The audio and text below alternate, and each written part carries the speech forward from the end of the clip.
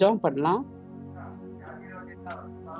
எங்களை நேசிக்கிறதான நல்ல தகப்பனே, அப்பா, அந்த அருமையான காலை வேளைக்காக நன்றி செலுத்துகிறோம். உம்மை துதிக்கிறோம் ஆண்டவரே. மட்டும் நீர் கொடுத்த நல்ல ஜீவன் சுகம் பலத்துக்காக உமக்கு நன்றி ஆண்டவரே. காலை வேளையிலும் கூட கர்த்தாவே, உம்முடைய வார்த்தைகளை நாங்கள் படிக்கும்போது ஆண்டவரே, உம்முடைய ஞானத்தினால நீர் எங்களை நிரப்பும். ஒவ்வொரு காரியங்களையும் நாங்கள் கற்றுக்கொண்டு அதன்படி நடக்க நீர் எங்களை திரும்ப செய்ய முடியாது ஜெபிக்கிறோம். கேட்கிற ஒவ்வொருவரையும் ஆசீர்வதியும். இயேசுவின் நாமத்தில் ஜெபிக்கிற நல்ல பிதாவே, ஆமென். இன்னைக்கு நம்ம ಪಂಡಿತ ರಾಮಾಬಾಯಿ பற்றி நம்ம இன்னைக்கு படிக்கிறோம். ಇವತ್ತು ನಾವು ಪಂಡಿತ ರಾಮಾಬಾಯಿ ಅವ್ರ ಬಗ್ಗೆ ನಾವು ಓದಲಿಕ್ಕಿದ್ದೇವೆ. அவங்க வந்து ஒரு மிஷனரியா இருந்தாங்க. ಅವರು ಒಂದು ಮಿಷನರಿಯಾಗಿ ಇದ್ದು ಸೇವೆ ಮಾಡಿದ್ರು. இந்தியா தேசத்துல, ಭಾರತ ದೇಶದಲ್ಲಿ. இந்திய நாட்டுல வந்து சுமார் 150 வருஷத்துக்கு முன்பதாக குழந்தை திருமணம் நிறைய இருந்தது. ಭಾರತ ದೇಶದಲ್ಲಿ 150 ವರ್ಷಗಳ ಹಿಂದೆ ಬಾಲ್ಯ ವಿವಾಹ ಇತ್ತು. அப்புறம் இன்னொரு காரியம் என்னன்னா, சின்ன வயசுலயே கணவன் மரித்துட்டா மனைவியும் அந்த தீயிலேயே எரித்து கொல்லப்படும் ஒரு சம்பவமும் நிகழ்ந்து கொண்டிருந்தது. ಅದು ಮಾತ್ರ ಅಲ್ಲದೆ ಹೆಣ್ಣು ಮಗಳು ಗಂಡ ತೀರ್ಕೊಂಡ್ರೆ ಅವರ ಪತಿ ಒಟ್ಟಿಗೆ ಇವರನ್ನು ಸದಾ ಅಗ್ನಿಯಲ್ಲಿ ಹಾಕೋದನ್ನು ನಾವು ನೋಡುತ್ತೇವೆ. அப்புறம் பெண்களுக்கு வந்து கல்வி அவங்க வந்து படிக்க கூடாது அப்படின்னு சொல்லி ஒரு சட்டமும் இருந்தது. ಆಮೇಲೆ ಹೆಣ್ಣು ಮಕ್ಕಳು ಬಂದು ಓದಬಾರದು ಎಂಬ ಒಂದು ಆಜ್ಞೆ ಕೂಡ ಇತ್ತು. அப்புறம் தாழ்ந்த, அதாவது பெண்கள் வந்து ரொம்ப தாழ்ந்த ஜாதி அப்படின்னு சொல்லிட்டு அப்படியும் இழிவுபடுத்தப்பட்டாங்க.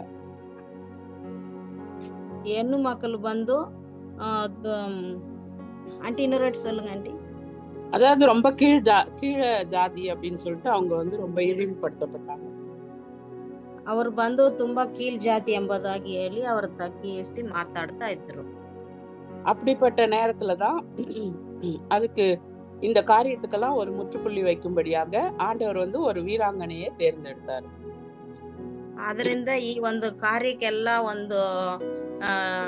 ಒಂದು ಇದು ಸರಿ ಮಾಡಬೇಕೆಂಬುದಾಗಿ ದೇವರು ಒಂದು ಹೆಣ್ಣು ಮಗಳನ್ನು ಎಬ್ಬಿಸಿದರು.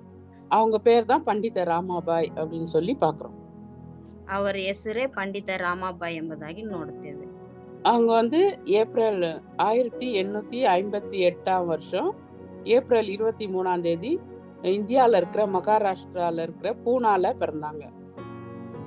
ಅವರು ಬಂದು 1858ರಲ್ಲಿ ಏಪ್ರಿಲ್ ತಿಂಗಳು 23ನೇ ತಾರೀಕಿ மகாராஷ்டிரದಲ್ಲಿರುವ ಪುಣೆದಲ್ಲಿ ಹುಟ್ಟಿದರು. அவங்களுக்கு பிறந்த பொழுது அவங்க பேர் வந்து ராமாபாய் சரஸ்வதி அப்படின்னு பேர் இருந்தது. ಅವರು ಹುಟ್ಟಿದಾಗ ರಾಮಾಬಾಯಿ ಸರಸ್ವತಿ ಎಂಬುದಾಗಿ ಇತ್ತು.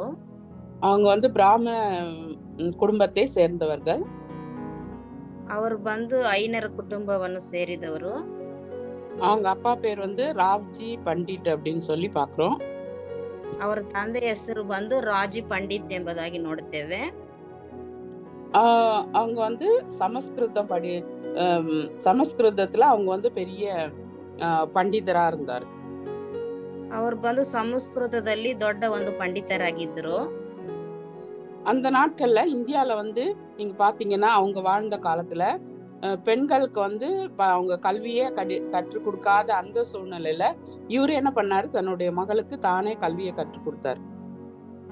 ಆ ಕಾಲದಲ್ಲಿ ಹೆಣ್ಣು ಮಕ್ಕಳು ಬಂದು ವಿದ್ಯಾಭ್ಯಾಸವನ್ನೇ ಮಾಡದೇ ಇರುವ ಸಮಯದಲ್ಲಿ ಇವರು ಬಂದು ತನ್ನ ಮಗಳಿಗೆ ತಾವೇ ವಿದ್ಯಾವನ್ನು ಕಲಿಸ್ತಾ ಇದ್ರು.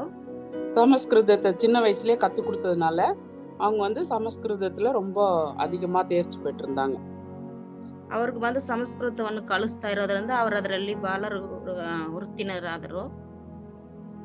சின்ன வயசுலயே என்ன பண்ணாங்களாம், அவங்க நிறைய பேசுவாங்களாம். பெண்களுக்கு ஆதரவா நிறைய இடத்துல பேசுவாங்களாம். ಅವರು ಬಂದು ಚಿಕ್ಕ ವಯಸ್ಸಲ್ಲಿ ಹೆಣ್ಣು ಮಕ್ಕಳಿಗಾಗಿ ತುಂಬಾ ಮಾತಾಡುವವರಾಗಿದ್ರು. அதனால எல்லா மக்களுக்கும் அவங்கள பத்தி அதிகமா தெரியும். ಅದರಿಂದ ಎಲ್ಲ ಮಕ್ಕಳಿಗೆ ಅವ್ರ ಬಗ್ಗೆ ಹೆಚ್ಚಾಗಿ ಗೊತ್ತಿತ್ತು. அப்புறம் திடீர்னு பாத்தீங்கன்னா அவங்க குடும்பத்துல பெரிய இழப்பு. அவங்க அப்பாவும் இறந்துடுறாரு, அவங்க குடும்பத்துல ஒரு பையனும் இறந்துடுறாங்க. ಆಮೇಲೆ ಅವರ ಕುಟುಂಬದಲ್ಲಿ ಒಂದು ದೊಡ್ಡ ಸಂಭವ ಏನಂದ್ರೆ ಅವ್ರ ತಂದೆನೂ ತೀರಿ ಹೋಗ್ತಾರೆ. ಅವರ ಸಹೋದರರು ಒಬ್ಬರು ತೀರಿ ಹೋಗ್ತಾ ಇದ್ದಾರೆ. அப்போ நிறைய கஷ்டம் வந்துடுச்சு அவங்க குடும்பத்துல. ಅವಾಗ ಅವ್ರ ಕುಟುಂಬದಲ್ಲಿ ತುಂಬಾ ಸಮಸ್ಯೆ ಉಂಟಾಯ್ತು. அப்புறம் நீங்க பாத்தீங்கன்னா நாட்டுல நிறைய பேரு மத மத சடங்காச்சாரத்தினால விதவைகளையும் பெண்களெல்லாம் துன்பப்படுத்துறதையும் இவங்க வந்து பாக்குறாங்க. ಅವಾಗ ನೋಡುವಾಗ ಈ ತರ ಮತದ ಒಂದು ಸಂಪ್ರದಾಯ ಪ್ರಕಾರ ಹೆಣ್ಣು ಮಕ್ಕಳನ್ನು ತುಂಬಾ ಹಿಂಸೆ ಮಾಡುವುದನ್ನು ಇವರು ನೋಡ್ತಾ ಇದ್ದಾರೆ. விதவைகளையும் அவங்க வந்து ரொம்ப சமூகத்துல ரொம்ப கீழ்த்தரமா நடத்துனத அவங்க கண்ணால பார்த்தாங்க.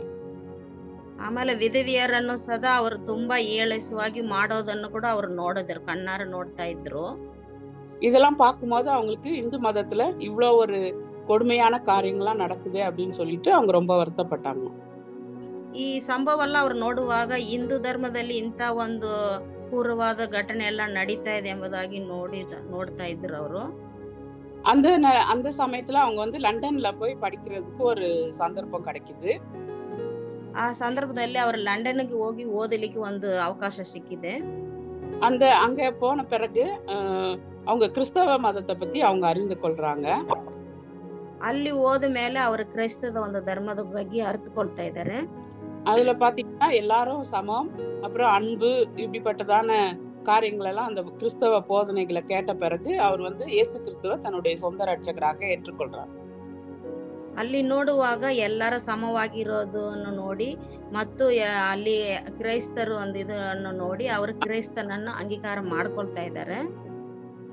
அதனால அவங்க என்ன பண்றாங்க, 1883 வருஷம் ஞானஸ்நானம் எடுத்துட்டு மேரி ராமாபாய் அப்படின்னு பெயர் வச்சுக்கிறாங்க. ಅವರು ಒಂದು 1883ರಲ್ಲಿ ಅವರು ದೀಕ್ಷಾಸ್ಥಾನ ತಗೊಂಡು ಮೇರಿ ರಾಮಬಾಯಿ ಎಂಬುದಾಗಿ ಹೆಸರು ಬದಲಾವಣೆ ಪಡಿಸಿಕೊಳ್ತಾ ಇದ್ದಾರೆ. அப்புறம் திரும்பவும் அவங்க இந்தியாவுக்கு வந்து எப்படியாவது இந்தியால இருக்கிற பெண்களுடைய நிலையெல்லாம் நம்ம உயர்த்தணும் அப்படின்னு சொல்லி அவங்க முயற்சி செய்யறாங்க. ಆಮೇಲೆ ಅವರು ಭಾರತಕ್ಕೆ ಬಂದು ಈ ತರ ಹೆಣ್ಣು ಮಕ್ಕಳಿಗೆ ನಡೆಯುವ ಅನ್ಯಾಯವನ್ನೆಲ್ಲ ನಾವು ಬದಲಾವಣೆ ಪಡಿಸಬೇಕೆಂಬುದಾಗಿ ಅವರು ಬರ್ತಾ ಇದ್ದಾರೆ. அதனால இங்க வந்து ஆதரவற்ற பெண்களுக்கு அடைக்கலமா வந்து ஒரு முக்தி மிஷன் அப்படின்னு சொல்லிட்டு ஒரு நிறுவனத்தை அவங்க ஏற்படுத்துறாங்க. ಇಲ್ಲಿ ಬಂದ ಮೇಲೆ ಅವ್ರಿಗೆ ಆದರಣೆಯಾಗಿರ್ಬೇಕು, ಹೆಣ್ಣು ಮಕ್ಕಳಿಗೆ ಸಹಾಯ ಮಾಡ್ಬೇಕೆಂಬುದಾಗಿ ಹೇಳಿ, ಬದಲಾವಣೆ ಪಡಿಸ್ಬೇಕೆಂದು ಹೇಳಿ, ಮುಕ್ತಿ ಎಂಬುದಾಗಿ ಹೇಳಿ ಅವರು ಒಂದು ಟ್ರಸ್ಟ್ ಅನ್ನು ಓಪನ್ ಮಾಡ್ತಾ ಇದ್ದಾರೆ. திக்கற்ற பெண்களுக்கு அவங்களுக்கு வந்து நல்லா இருக்கிறதுக்கு இடம், படிக்கிறதுக்கு எல்லா கல்வியும் அவங்க கற்றுக் கொடுக்கிற ஒரு இடமா அதை மாத்தினாங்க. ಅಲ್ಲಿ ಬಂದು ದಿಕ್ಕಿಲ್ಲದ ಮಕ್ಕಳಿಗೆ, ಹೆಣ್ಣು ಮಕ್ಕಳಿಗೆ ಆಧಾರವಾಗಿ ಅವರಿಗೆ ಸಹಾಯವಾಗಿ ಅವರು ಒಂದು ಸಭೆಯನ್ನು ಕಟ್ಟಿ ಅವ್ರಿಗೆ ಸಹಾಯ ಮಾಡ್ತಾ ಇದ್ದಾರೆ. பெண்கள் வந்து பெண்கள் வந்து முன்னேறதுக்கு கல்விதான் ரொம்ப முக்கியம் அப்படின்னு சொல்லிட்டு ராமாபாய் வந்து உறுதியாக நம்பினாங்க.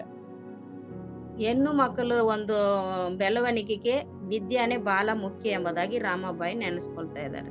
அதனால பூனேல வந்து இந்த அவங்க ஒரு ஸ்தாபனத்தை அவங்க வந்து உருவாக்குனாங்க. ಅದರಿಂದ ಪುಣೆಯಲ್ಲಿ ಒಂದು ಈ ತರ ಒಂದು ಸ್ಥಾಪನವನ್ನು ಅವರು ಪ್ರಾರಂಭ ಮಾಡಿದ್ರು. இந்த நிறுவனத்துல விதவைகள், அனாதைகள் மற்றும் கெட்ட இந்த தேவதாசிகள் அப்படின்னு சொல்லுவாங்க இல்லையா, அப்படிப்பட்டவங்களுக்கு ஒரு பாதுகாப்பான புகலிடமாக அந்த இடத்தை அவங்க மாற்றுறாங்க. ಈ ತರ ಒಂದು ಆಶ್ರಯವನ್ನು ಅಲ್ಲಿ ಸ್ಥಾಪನೆ ಮಾಡಿ ಈ ತರ ಹೆಣ್ಣು ಮಕ್ಕಳಿಗೆ ಯಾರಂದ್ರೆ ವಿಧವೆಯರು ಮತ್ತು ದಿಕ್ಕಿಲ್ಲದವರು ಮತ್ತು ಇನ್ನು ಯಾರಂದ್ರೆ தேவதாசியவர் அவருக்காகி கூட அவர் ಒಂದು ಸ್ಥಾಪನವನ್ನು ಪ್ರಾರಂಭ ಮಾಡ್ತಾ ಇದ್ದಾರೆ. அவங்களுக்கு வந்து தங்குறதுக்கு இடம், உணவு மற்றும் அவங்க வந்து கல்வியெல்லாம் அவங்க வந்து வழங்கினாங்க. ಅಲ್ಲಿ ಅವರು ಉಳ್ಕೊಳ್ಳಿಕ್ಕೆ ಮತ್ತು ಅವ್ರಿಗೆ ಊಟ ಮತ್ತು ವಿದ್ಯೆ ಎಲ್ಲವನ್ನು ಅವರು ಕೊಡ್ತಾ ಇದ್ರು. அதனால என்ன பண்ணாங்க, நிறைய பெண்கள் வந்து தங்களுடைய வாழ்க்கையை மறுபடியும் அவங்க கட்டி எழுப்ப முடிந்தது. ಅದರಿಂದ ಅನೇಕ ಒಂದು ಹೆಣ್ಣು ಮಕ್ಕಳು ಅವರ ಒಂದು ಜೀವನವನ್ನು ಬದಲಾವಣೆ ಪಡಿಸಿಕೊಳ್ಳಿಕ್ಕೆ, ರೂಪಿಸಿಕೊಳ್ಳಿಕ್ಕೆ ಒಂದು ಸಹಾಯವಾಯಿತು. இன்றைக்கு கூட அந்த மிஷன் வந்து அந்த நிறுவனம் வந்து அங்க செயல்பட்டு வருகிறது அப்படின்னு சொல்றாங்க. ಈಗ ಕೂಡ ಆ ಒಂದು ಸ್ಥಾಪನದಲ್ಲಿ ಆ ಒಂದು ನಡೀತಾ ಇದೆ ಎಂಬುದಾಗಿ ಹೇಳಲ್ಪಡ್ತಾ ಇದ್ದಾರೆ. ஆஹ் இவங்களுடைய முக்கியமான குறிக்கோள் என்ன அப்படின்னு சொல்லி பார்த்தீங்கன்னா, விதவைகள் வந்து உம், விதவைகளை பற்றி அவங்களுடைய துன்பங்களெல்லாம் சொல்லி அவங்கள வந்து மறுபடியுமா உலகத்துல வந்து அவங்கள வந்து வாழ வைக்கணும் அப்படின்னு, அவங்களுடைய உரிமைகளெல்லாம் பாதுகாக்கணும் அப்படின்னு சொல்லிட்டு அவங்களுடைய அவங்க வந்து அதுக்காக உழைத்தாங்க. ಈ ತರ ವಿಧವೆಯರಿಗೆ ಸಹಾಯ ಮಾಡಬೇಕು, ಅವ್ರಿಗೆ ಕೊಡತಕ್ಕ ಗೌರವ ಮತ್ತು ಅವ್ರಿಗೆ ಬೇಕಾದ ಒಂದು ಸೌಕರ್ಯ ಎಲ್ಲವನ್ನು ಅವ್ರಿಗೆ ಅನುಗ್ರಹಿಸಬೇಕೆಂದು ಅವರು ಇದುವರೆಗೆ ಕೆಲಸ ಮಾಡ್ತಾ ಇದ್ದಾರೆ. அப்புறம் தான் செய்த ஒவ்வொரு காரியத்திலையும் இயேசு கிறிஸ்துவை முன்வைத்து அவங்க வந்து இந்த காரியங்கள் எல்லாம் நடத்தினதை நம்ம பார்க்கிறோம். ಅವರು ಮಾಡೋ ಒಂದು ಕೆಲಸದೆಲ್ಲ ಯೇಸು ಕ್ರಿಸ್ತನ ಮುಂದಿಟ್ಟು ಮಾಡುವುದನ್ನು ನಾವು ನೋಡ್ತೇವೆ. அதனால நம்ம யார் யாரெல்லாம் இயேசு கிறிஸ்துவை நம்ம ஏற்றுக்கொள்றோமோ அவங்களுடைய வாழ்க்கையில ஆண்டவர் வந்து உதவி செய்யறாரு அப்படின்னு சொல்லியும் அவங்க வந்து அதை கற்றுக் கொடுத்தாங்க. ನಾವು ಯಾರ್ಯಾರು ಯೇಸು ಕ್ರಿಸ್ತನ ಅಂಗೀಕಾರ ಮಾಡಿಕೊಳ್ತೀವಿ ಅವರು ನಮಗೆ ಸಹಾಯ ಮಾಡ್ತಾರೆ ಎಂಬುದಾಗಿ ಅವ್ರಿಗೆ ತಿಳಿಸ್ತಾ ಇದ್ದರು. அது மட்டும் இல்லாம ராமாபாய் வந்து ஒரு சிறந்த எழுத்தாளர், நல்லா எழுதுவாங்க புக்ஸ் எல்லாம். ರಾಮಾಬಾಯಿ ಅವರು ಬಂದು ತುಂಬಾ ಒಳ್ಳೆ ಬರೆಯೋರು, புக்ஸ் எல்லாம் ತುಂಬಾ ಬರ್ದಿದ್ದಾರೆ.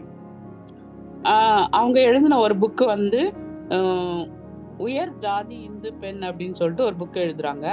அதுல வந்து அவங்க இயேசு கிறிஸ்துவை எப்படி ஏற்றுக்கொண்டாங்க அப்படின்னு சொல்லிட்டு அது எழுதுறாங்க. அப்புறம் இந்து தர்மத்துக்கும் கிறிஸ்தவ மதத்துக்கும் உள்ள அநேக வேறுபாடுகளையும் குறித்து அதுல எழுதுறாங்க. ಅವರು ಅನೇಕ ಪುಸ್ತಕಗಳು ಬರೆದಿದ್ದಾರೆ. ಉಯರ್ ಜಾತಿಯ ಒಂದು ಏನಂಟಿ உயர் ஜாதியுள்ள இந்து பெண், ಹೆಚ್ಚಿನ ಜಾತಿಯಾದ ಹಿಂದೂ ಹೆಣ್ಣು ಮಗಳು ಎಂಬುದಾಗಿ ಒಂದು ಪುಸ್ತಕ ಬರೆದಾರೆ. ಮತ್ತು ಅವರು அவங்க இயேசு கிறிஸ்துவை ஏற்றுக்கொண்ட விதத்தையும் இந்து மதத்துக்கும் கிறிஸ்தவ மதத்துக்கும் உள்ள வேறுபாடுகளையும் குறித்து அதுல விரிவாக எழுதுறாங்க. ಅವರು ಯೇಸು ಕ್ರಿಸ್ತನ ಯಾವ ರೀತಿ ಅಂಗೀಕಾರ ಮಾಡಿಕೊಂಡ್ರು ಎಂಬುದಾಗಿ, ಅದರಲ್ಲಿ ಹಿಂದೂ ಮತ್ತು ಕ್ರೈಸ್ತರುள்ள ಏನು ಭೇದ ಭಾವ ಎಂಬುದರ ಬಗ್ಗೆ ಕೂಡ ಅದರಲ್ಲಿ ಬರೆಯಲ್ಪಟ್ಟಿದೆ. அவங்களுடைய வாழ்க்கையில முக்கியமான வசனம், வேத வசனம் என்ன அப்படின்னு சொல்லி பாத்தீங்கன்னா, அவங்க விரும்பின வேத வசனம் வந்து கலாத்தியர் 3ஆம் அதிகாரம் 28ஆம் வசனம். ಅವ್ರು ಬಂದು ಓದಿದ ಒಂದು ವಾಕ್ಯ ಭಾಗ ಯಾವುದಂದ್ರೆ ಗಲಾತ್ಯ ಬರೆದ ಪತ್ರಿಕೆ 3ನೇ ಅಧ್ಯಾಯ 28ನೇ ವಚನ. அதுல என்ன போட்டிருக்கு அப்படின்னா, யூதன் என்றும் கிரேக்கன் என்றும் இல்லை, அடிமை என்றும் சுயாதீனன் என்றும் இல்லை, ஆண் என்றும் பெண் என்றும் இல்லை, நீங்கள் எல்லாரும் கிறிஸ்து இயேசுவுக்குள் ஒன்றாய் இருக்கிறீர்கள் அப்படின்னு சொல்லி அந்த வசனத்துல போட்டிருக்கு. ಅದರಲ್ಲಿ ನೀವು ಓದುವಾದ್ರೆ யூதன் ಎಂದು ಕ್ರೈಸ್ತನ್ ಎಂದ್ರಲ್ಲಿ ಎಲ್ಲ ಸಮವೆಂಬುದಾಗಿ ಅದರಲ್ಲಿ ಬರೆಯಲ್ಪಟ್ಟಿದೆ. கிறிஸ்துவில எல்லா மக்களும் சமமானவர்கள் என்ற ராமாபாயின் நம்பிக்கையை இந்த வசனம் வந்து விவரிக்கிறது. ಕ್ರೈಸ್ತರಲ್ಲಿ ಎಲ್ಲರೂ ಸಮವೆಂಬುದಾಗಿ ಹೇಳಿ ಈ ವಚನ ಬರೆಯಲ್ಪಟ್ಟಿರೋದ್ರಿಂದ ರಾಮಾಬಾಯಿ ಅವರಿಗೆ ಇದು ತುಂಬಾ ಇಷ್ಟವಾದ ವಾಕ್ಯವಾಗಿದೆ. அது மட்டும் இல்லாம இந்த பண்டித ராமாபாய் அப்படின்ற அந்த அம்மா என்ன பண்ணாங்கன்னா, முதலாக பிள்ளைங்களுக்காக ஸ்கூல் ஆரம்பிச்சாங்க. ಈ ಪಂಡಿತ ರಾಮಾಬಾಯಿ ಅವರು ಏನ್ ಮಾಡಿದ್ರು ಅಂದ್ರೆ ಮೊದಲಾಗಿ ಮಕ್ಕಳಿಗಾಗಿ ಸ್ಕೂಲ್ ಅನ್ನು ಪ್ರಾರಂಭ ಮಾಡಿದ್ರು. அப்புறம் கண் பார்வை இழந்தவர்களுக்கு அந்த பிரெய்லி அப்படின்னு சொல்லிட்டு ஒரு எழுத்து முறை இருக்கும், அதை கற்றுக் கொடுத்தாங்க. கண் தெரியாதவங்க படிக்கிறதுக்கு ஒரு பாடம் அதை கற்றுக் கொடுத்தாங்க. ಅವ್ರಿಗೆ ಮಕ್ಕಳಿಗೆ ಕಣ್ಣು ಕಾಣಲಾರ್ದವರು ಕೂಡ ಅವರು ಓದುವಂತ ಒಂದು ಭಾಷೆಯಲ್ಲಿ ಕೂಡ ಅದು ಒಂದು ವಿದ್ಯಾಭ್ಯಾಸವನ್ನು ಕೂಡ ಕಲಿಸ್ಕೊಡ್ತಾ ಇದ್ರು. அது மட்டும் இல்லாம பெண்களுக்கு வந்து நிறைய கைத்தொழில்களை கற்றுக் கொடுத்தாங்க. ಅದು ಮಾತ್ರ ಅಲ್ಲದೆ ಹೆಣ್ಣು ಮಕ್ಕಳಿಗೆ ಅನೇಕ ಕೈ ಕೆಲಸವನ್ನು ಸದಾ ಕಲಿಸ್ಕೊಡ್ತಾ ಇದ್ರು. இதெல்லாம் செஞ்சிருந்தாலும் இதுக்கெல்லாம் ஒரே காரணம், அவங்க வந்து என்ன சொல்றாங்கன்னா, ஜெபம் தான் என்னுடைய வாழ்க்கையில ஒரு பெரிய சக்தியா இதெல்லாம் செய்ய வைத்தது அப்படின்னு சொல்லி சொல்றாங்க. ಇಷ್ಟು ಅವ್ರು ಮಾಡಿದರೂ ಅವರು ಹೇಳುವ ಮುಖ್ಯ ಅಂಶ ಏನಂದ್ರೆ, ಪ್ರಾರ್ಥನೆ ನನ್ನ ಜೀವಿತದಲ್ಲಿ ಇದೆಲ್ಲ ಮಾಡ್ಲಿಕ್ಕೆ ಸಾಧ್ಯವಾಯ್ತು ಎಂಬುದಾಗಿ ಹೇಳ್ತಾ ಇದ್ದಾರೆ. ஜெபம் தான் எனக்கு ஒரு சக்தி நிலையமாக என்னுடைய வாழ்க்கையில இருக்குது அப்படின்னு சொல்லி சொல்றாங்க. ಪ್ರಾರ್ಥನೆ ಇದಕ್ಕೆಲ್ಲ ಕಾರಣ, ಅದೇ ನನಗೆ ಶಕ್ತಿಯಾದ ಸಾಧನವಾಗಿದೆ ಎಂಬುದಾಗಿ ತಿಳಿಸ್ತಾ ಇದ್ರು. அது மட்டும் இல்லாம மராட்டிய மொழியில வேதாகமத்தை அவங்க வந்து மொழிபெயர்க்கிறாங்க. ಅದು ಮಾತ್ರ ಅಲ್ಲದೆ ಮರಾಠಿ ಭಾಷೆಯಲ್ಲಿ ಸದಾ ಸತ್ಯವೇದವನ್ನು ಭಾಷಾಂತರ ಮಾಡಿದ್ರು. அநேக பெண்கள் வந்து வேதத்தை அவங்க கல்வி கற்றுக்கொண்டதுனால வேதத்தை அவங்க வாழ்க்கையில அவங்க வந்து படிக்க ஆரம்பிச்சு அநேகருடைய வாழ்க்கையில அவங்க வந்து நல்வழியில நடந்தாங்க. ವಿದ್ಯಾಭ್ಯಾಸ ಕಲ್ತಿರೋದ್ರಿಂದ ಅನೇಕ ಮಂದಿ ಹೆಣ್ಣುಮಕ್ಳು ಸದಾ ಒಂದು ಸತ್ಯವೇದವನ್ನು ಓದಲಿಕ್ಕೆ ಅವ್ರಿಗೆ ಸಾಧ್ಯವಾಯ್ತು. இது இவ்வளவு காரியங்கள் எல்லாம் செய்த ராமாபாய் வந்து 1922ஆம் ஆண்டு ஏப்ரல் 5ஆம் தேதி ஆண்டவருடைய அடைக்கலத்துக்குள்ள அவங்க பிரவேசித்தாங்க. ಇದು ಇಷ್ಟೆಲ್ಲ ಮಾಡಿದ ರಾಮಾಬಾಯಿ ಅವರು 1920ರಲ್ಲಿ ದೇವರಲ್ಲಿ ನಿದ್ರೆಯಾದರು. ஆண்டவர் மேல உள்ள அன்புனால அவங்க இவ்வளோ பெரிய பணிகள் எல்லாம் செய்ய தன்னை அர்ப்பணித்திருந்தாங்க. ಅವರು ದೇವರ ಮೇಲೆ ಇಟ್ಟಿರುವ ಪ್ರೀತಿಯಿಂದ ಅವರು ಇಷ್ಟು ಕೆಲಸವನ್ನು ಮಾಡ್ಲಿಕ್ಕೆ ದೇವರ ಮೇಲೆ ಅವರು ದೇವರಲ್ಲಿ ಅರ್ಪಣಿಸಿದರು ತಮ್ಮನ್ನು. அதே போல நம்முடைய வாழ்க்கையிலும் கூட நம்ம முதலாவது ஆண்டவர் மேல உள்ள அன்புனால நம்ம வந்து மற்றவங்களுக்கு நம்ம உதவி செய்யணும், மற்றவங்களை நம்ம நேசிக்கணும், ஆண்டவருடைய சமூகத்துல நேரத்தை செலவிடணும். அவருடைய வேத வசனங்களை நம்ம படிக்கும் போது நம்ம அர்ப்பணிக்கும் போது நம்மளையும் ஆண்டவர் இப்படியாக உயர்த்துவார். ನಾವು ಸದಾ ದೇವರಲ್ಲಿ ಹೆಚ್ಚಿನ ಆಸಕ್ತಿ ಉಳ್ಳವರಾಗಿ ಪ್ರಾರ್ಥನೆ ಮಾಡೋದ್ರಲ್ಲಿ ಇತರರಿಗೆ ಸಹಾಯ ಮಾಡೋದಿದ್ರೆ ದೇವರು ನಮ್ಮನ್ನು ಕೂಡ ಈ ತರ ಹೆಚ್ಚಿಸ್ತಾರೆ. நீங்க பாத்தீங்கன்னா இயேசு கிறிஸ்து கூட இந்த உலகத்துல அவர் வாழும்போது எத்தனையோ விதவைகளையும் பெண்களையும் அவர் வந்து நேசித்து அவர்களுக்கு உதவி செய்தார் அப்படின்னு சொல்லி நம்ம பாக்குறோம். ಯೇಸು ಕ್ರಿಸ್ತು ಕೂಡ ಈ ಲೋಕದಲ್ಲಿ ಇರುವಾಗ ಅವರು ಸೇವೆ ಮಾಡುವಾಗ ಅನೇಕ ಮಂದಿ ವಿಧವೆಯರಿಗೆ ದಿಕ್ಕಿಲ್ಲದವರಿಗೆ ಅವರ ಸಹಾಯ ಮಾಡಿದರು, ಪ್ರೀತಿ ಮಾಡಿದ್ರು ಎಂಬುದಾಗಿ ಕೂಡ ನಾವು ನೋಡುತ್ತೇವೆ. பழைய ஏற்பாட்டுல கூட நீங்க பாத்தீங்கன்னா ஒரு சாரிபாத் விதவைக்கு வந்து ஆண்டவர் வந்து எப்படி உதவி செய்தார் அப்படின்னு சொல்லி நம்ம வாசிக்கிறோம். ನೀವು ಹಳೆ ಒಡಂಬಡಿಕೆಯಲ್ಲಿ ಕೂಡ ನೋಡಿದ್ರೆ ಸಾರಿಪಾತ್ ವಿಧವೆಯವರು ಕೂಡ ಯಾವ ರೀತಿ ಸಹಾಯ ಮಾಡಿದ್ರು ಎಂಬುದಾಗಿ ನಾವು ನೋಡುತ್ತೇವೆ. 1 ராஜாக்கள் 17ஆம் அதிகாரத்துல ஒரு சாரிபாத் விதவைக்கு அவ சாப்பிடுறதுக்கே சாப்பாடு இல்ல. விதவை, அவளுக்கு கொஞ்சோண்டு அரிசி, கொஞ்சோண்டு மாவும் கொஞ்சம் எண்ணெயும் தான் இருந்தது. ಅಲ್ಲಿ ನೋಡುವಾಗ ನಾವು ಒಂದು ಸಾರಿಪಾತ್ ವಿಧವೆಯರಿಗೆ ಊಟ ಮಾಡ್ಲಿಕ್ಕೆ ಕೂಡ ಆಹಾರ ಇದ್ದಿಲ್ಲ, ಸ್ವಲ್ಪ ಹಿಟ್ಟು ಸ್ವಲ್ಪ ಎಣ್ಣೆ ಮಾತ್ರ ಇತ್ತು. அந்த நேரத்துல ஆண்டவர் வந்து ஒரு தீர்க்கதரிசி அனுப்புனாரு. ಆ ಸಂದರ್ಭದಲ್ಲಿ ಒಂದು ಪ್ರವಾದಿಯನ್ನ ಅಲ್ಲಿ ಕಳಿಸಿದ್ರು. அவளுக்கு ரொம்ப வறுமை, அது சாப்பிட்டுட்டு அவங்க செத்து போறதுக்கு தான் ரெடியா இருந்தாங்க. ಅಷ್ಟೇ ಇರೋದನ್ನು ಅವರು ಊಟ ಮಾಡಿ ಮತ್ತೆ ಅವರು ಸತ್ತು ಹೋಗ್ಲಿಕ್ಕೆ ಇದ್ರು. அந்த நேரத்துல ஆண்டவர் வந்து ஒரு தீர்க்கதரிசி, எலியா தீர்க்கதரிசி அனுப்பி அவங்களுடைய தேவையெல்லாம் ஆண்டவர் வந்து சந்தித்தார். ಅಲ್ಲಿ ದೇವರು ಪ್ರವಾದಿಯಾದ ಎಲಿಯಾನನ್ನು ಅಲ್ಲಿ ಕಳಿಸಿ ಅವರಿಗೆ ಬೇಕಾದ ಎಲ್ಲವನ್ನು ಒದಗಿಸಿ ಕೊಟ್ರು. அவங்களுக்கு கொஞ்சமாவது தான் இருந்துச்சு. ஆனா அவங்க எலியா தீர்க்கதரிசி வந்து அவங்களுக்கு எலியா தீர்க்கதரிசியினுடைய தேவையை அவங்க முதலாவது சந்தித்த போது அவங்களுக்கு வந்து அந்த எண்ணெய் மாவு எடுக்க குறையவே இல்லை, எண்ணெயும் அவங்க எடுக்க குறையாம கடைசி வரைக்கும் அந்த பஞ்சம்லாம் தீர்ற வரைக்கும் அவங்களுக்கு வந்து அது எல்லா தேவைகளும் சந்திக்கப்பட்டது அப்படின்னு சொல்லி அந்த வசனத்துல 1 ராஜாக்கள் 17ஆம் அதிகாரத்துல அதை குறித்து நம்ம வாசிக்கிறோம். 1:17 ಅಧ್ಯಾಯದಲ್ಲಿ ನಾವು ನೋಡುವಾಗ ಆ ಒಂದು ವಿಧವೆ ಫಸ್ಟ್ ದೇವರು ಕಳಿಸಿದ ಮನುಷ್ಯನು ಎಲಿಯಾನನ್ನು ಅವರು ಸಂಧಿಸುವಾಗ ಅವರಿಗೂ ಮೊದಲನೇ ಒಂದು ಭಾಗ ರೊಟ್ಟಿಯನ್ನು ಮಾಡಿಕೊಡುವಾಗ ಅವ್ರ ಮನೆಯಲ್ಲಿರುವ ಹಿಟ್ಟು ತೆಗಿತಾ ಅದು ಕಡಿಮೆ ಆಗಿಲ್ಲ, ಎಣ್ಣೆನೂ ತೆಗಿತಾ ಅದು ಕಡಿಮೆ ಆಗಿಲ್ಲ. ದೇವರು ಆ ಬರಗಾಲದಲ್ಲಿ ಅವರು ಪೋಷಿಸಿದ್ರು ಎಂಬುದಾಗಿ ನಾವು ನೋಡುತ್ತೇವೆ. அதே போல ஆண்டவர் வந்து என்ன பண்ணாரு, அந்த சாரிபாத் விதவைக்கு உதவி செய்தார். ಅದೇ ರೀತಿ ದೇವರು ಕೂಡ ಆ ಸಾರಿಪಾತ್ ವಿಧವೆಯರಿಗೆ ಯಾವ ರೀತಿ ಪೋಷಿಸಿದ್ರು ಎಂಬುದಾಗಿ ನಾವು ನೋಡುತ್ತೇವೆ. நம்ம கூட என்ன செய்யணும், இப்படிப்பட்ட மக்களுக்கு உதவி செய்யணும்னு ஆண்டவர் வந்து எதிர்பார்க்கிறார். ನಾವು ಸದಾ ಇದೇ ರೀತಿ ಮಕ್ಕಳಿಗೆ ಸಹಾಯ ಮಾಡಬೇಕೆಂಬುದಾಗಿ ದೇವರು ನಮ್ಮಲ್ಲಿ ನೋಡ್ತಾ ಇದ್ದಾರೆ.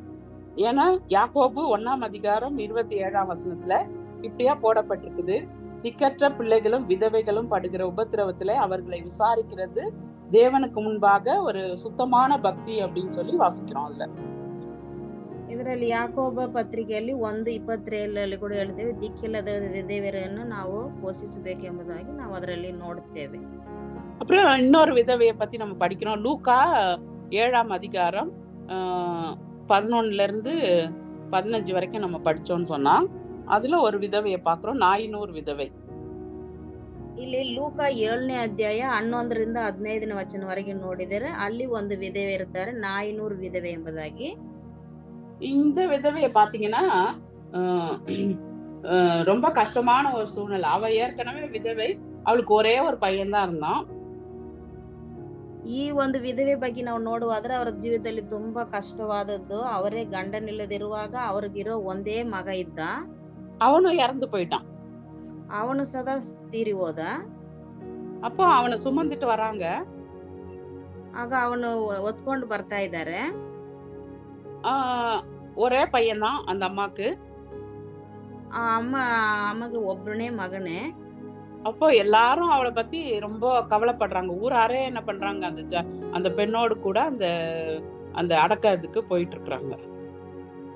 ಹೆಣ್ಣು ಮಗಳ ಬಗ್ಗೆ ಅನೇಕ ಮಂದಿ ವ್ಯಸನ ಪಡ್ತಾ ಇದ್ದಾರೆ ಮತ್ತು ಅವ್ರ ಜೊತೆಗೆ ಆ ಮಗುವನ್ನು ಅಂತ್ಯಕ್ರಿಯೆ ಮಾಡ್ಲಿಕ್ಕೆ ಹೊರಟು ಹೋಗ್ತಾ ಇದ್ದಾರೆ ಎಲ್ಲರೂ. அப்போ இயேசு கிறிஸ்து அந்த வழியில வரும்போது அவளை பார்த்து மனதுருகி என்ன சொல்றாரு, அழாதே அப்படின்னு சொல்றாரு. ಆ ಸಂದರ್ಭದಲ್ಲಿ ಯೇಸು ಕ್ರಿಸ್ತನು ಆ ದಾರಿಯಲ್ಲಿ ಬರುವಾಗ ಅಳಬೇಡ ಎಂಬುದಾಗಿ ಹೇಳಿದರು. அது மட்டும் இல்லாம கிட்ட வந்து அந்த பாடையை தொட்டு சுகமாக்கிடுறாரு அவனை.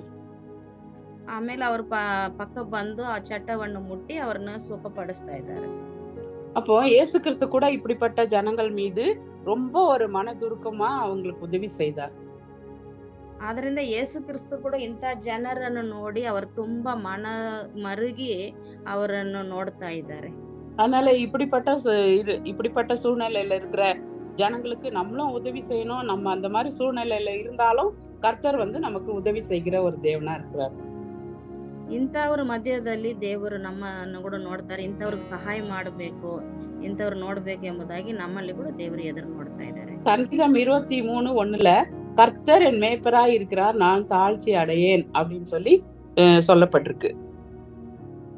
ಕೀರ್ತನೆ 23 ಕೂಡ ಯೆಹೋವನು ನನಗೆ ಕುರುಬನು, ನಾನು ತಾಳ್ಚಿ ಅಡೆಯೇನ್ ಎಂಬುದಾಗಿ ಕೂಡ ಬರೆಯಲ್ಪಟ್ಟಿದೆ ವಾಕ್ಯ. அதனால ஆண்டவர் வந்து இப்படிப்பட்டதான சூழ்நிலையில நமக்கு உதவி செய்வார். நம்ம யாரும் கலங்க வேண்டிய அவசியம் இல்லை. இப்படிப்பட்டவங்களுக்கும் நம்ம வந்து அடைக்கலம் கொடுக்கும் போது கர்த்தர் நம்முடைய வாழ்க்கையும் ஆசீர்வதிப்பார். ಇಂಥ ಸಂದರ್ಭದಲ್ಲಿ ನಮ್ಮನ್ನು ಕೂಡ ದೇವರು ಎದುರು ನೋಡ್ತಾರೆ. ಇಂಥ ಜನರಿಗೆ ನಾವು ಸಹಾಯ ಮಾಡಬೇಕು ಎಂಬುದಾಗಿ ನಾವು ಅದ ಮಾಡಲಿಕ್ಕೆ ಆಗ್ತಾವು ನಮ್ಮೆಲ್ಲರೂ. அப்போ பண்டித ராமாபாய் போல நம்மளும் என்ன பண்ணோம், இயேசு கிறிஸ்து மேல உள்ள அன்புனால அவருக்காக பெரிய பெரிய காரியங்களை செய்யறதுக்கு நம்மள ஒப்பு கொடுக்கும் போது கர்த்தர் நம்ம ஒவ்வொருவரையும் ஆசீர்வதிப்பார். நம்ம ஜெபம் பண்ணலாம். ಇದೇ ರೀತಿ ನಾವು ಕೂಡ ದೇವರ ಸೇವೆ ಮಾಡ್ಲಿಕ್ಕೆ ಪಂಡಿತ ರಾಮಾಬಾಯಿ ಹಾಗೆ ಈ ಕೆಲಸ ಮಾಡ್ಲಿಕ್ಕೆ ನಮ್ಮನ್ನು ನಾವು ದೇವರಿಗೆ ಒಪ್ಪಿಸಿಕೊಡೋಣ. ಪ್ರಾರ್ಥನೆ ಮಾಡಿಕೊಳ್ಳೋಣ. எங்களை நேசிக்கிறதான நல்ல தகப்பனே, அப்பா அந்த அருமையான காலை வேளையிலும் உடைய வசனங்களை தியானிக்கும்படியாக ஆண்டவரே, பண்டித ராமாபாயுடைய வாழ்க்கையிலிருந்து நாங்கள் கற்றுக்கொண்ட வார்த்தைகளுக்காக உமக்கு நன்றி செலுத்துகிறோம். உம்மை துதிக்கிறோம் ஆண்டவரே. அவர்களுடைய வாழ்க்கைக்காக கூட நாங்கள் உமக்கு நன்றி செலுத்துகிறோம் அப்பா. அதே போல நாங்களும் கூட ஆண்டவரே உம்மை ஏற்றுக்கொண்டதான பிள்ளைகள், ஆண்டவரே உம்மை சேவிக்கிறதான பிள்ளைகளாகிய நாங்களும் கூட ஆண்டவரே ஒரு பண்டித ராமாபாய் போல ஆண்டவரே அப்பா அந்த உலகத்துல நாங்கள் வாழும் பொழுது ஆண்டவரே மற்றவர்களுக்கு உதவி செய்கிறவர்களாக, ஆண்டவரே திக்கற்ற பிள்ளைகளுக்கும் விதவைகளுக்கும் ஆண்டவரே நாங்கள் அடைக்கலம் கொடுக்கிறவர்களாக, அவளுடைய வாழ்க்கையை ஆண்டவரே நாங்கள் அவருடைய வாழ்க்கைக்கு ஆண்டவரே நாங்கள் உற்சாகத்தை கொடுக்கிறவர்களாக எங்கள் ஒவ்வொருவரையும் நீர் மாற்றும்படியாய் ஜெபிக்கிறோம் ஆண்டவரே. நாங்கள் அவர்களுடைய தேவைகளை கண்டு நாங்கள் ஆண்டவரே பின்வாங்கி ஆண்டவரே கண்டும் காணாதவர்கள் போல போய்விடாமல் ஆண்டவரே அவர்களுக்கு உதவி செய்ய எங்களுக்கு ஒவ்வொருவருக்கும் நீர் திருப்ப தரும்படியாய் ஜெபிக்கிறோம். அதுவே உண்மையான தேவனுடைய பக்தி என்று வேதத்துல வாசிக்கிறோம் ஆண்டவரே. இந்த காரியங்களை செய்ய நீர் எங்கள் ஒவ்வொருவருக்கும் கிருபை தரும்படியாய் ஜெபிக்கிறோம் அப்பா. ஆண்டவரே நீர் எங்களுக்கு கொடுத்த ஆசீர்வாதத்தை நாங்கள் மற்றவர்களோடு கூட பகிர்ந்து கொள்ளவும் ஆண்டவரே அவர்களுக்கு உதவி செய்யவும் நீர் எங்களுக்கு கிருபை தரும்படியாய் ஜெபிக்கிறோம். இந்த வசனங்களை கேட்ட ஒவ்வொருவரும் ஆண்டவரே பண்டித ராமாபாயை போல ஆண்டவரே அப்பா மற்றவர்களுக்கு ஆண்டவரே உதவி செய்கிறவர்களாக ஒவ்வொருவரையும் நீ மாற்றும்படியா ஜெபிக்கிறோம். ஆசீர்வதியும் ஆண்டவரே இதே பொறுப்பெடுத்து நடக்கும். எல்லா துதி கன மகிமையா உமக்கு ஒருவருக்கே சொல்லும். இயேசு கிறிஸ்துவின் நாமத்தில் ஜெபிக்கிறேன் நல்ல பிதாவே, ஆமென்.